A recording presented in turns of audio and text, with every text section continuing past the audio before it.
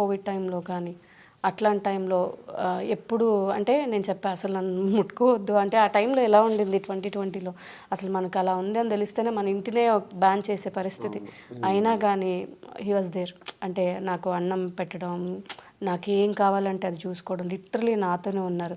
అది ఎంత కష్టమైనా ఎంత ఇదైనా ఎప్పుడు అంటే ఏదో ఒక టైంలో మన ప్రాణం కంట కాదు కదా ఆ టైంలో ఎలా రియాక్ట్ అయ్యేవాళ్ళం కోవిడ్ టైంలో. ఎక్కువ కదండి అది.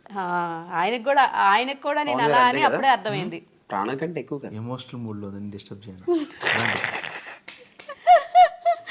ఈ మధ్య మాట్లాడు అంటే నన్నే మాట్లాడి కూడా మాట్లాడుతున్నాడు. నేను మాట్లాడిన మీరే మాట్లాడిన నా దగ్గరకు వచ్చారు చెప్పే ఎమోషనల్ మూడ్ డిస్టర్బ్ మీరు డిస్టర్బ్ అయిపోయి చేశారు అంతా డిస్టర్బ్ చేయకూడదని రాలేదు. సో అట్లా అలాంటి ఒక సిచ్యువేషన్ ఉన్నప్పుడు అనిపిస్తుంది అమ్మో ఆ టైంలో నిజంగా నేను ఒక్కదాన్ని ఉంటే ఏమైపోయేదన్నో. హీ వాజ్ దేర్ కదా. అండ్ ఇంకోటి ఏంటంటే ఈవెన్ అదే టైంలో నేను హాస్పిటల్ అడ్మిట్ అయ్యాను కదా, నాకు ఒక విండో అసలు ఎప్పుడు పగలైందో ఎప్పుడు రాత్రి అయినా కూడా తెలియలే. నా కోవిడ్ పేషెంట్ల మధ్యలో పెట్టేశారు నన్ను కూడా.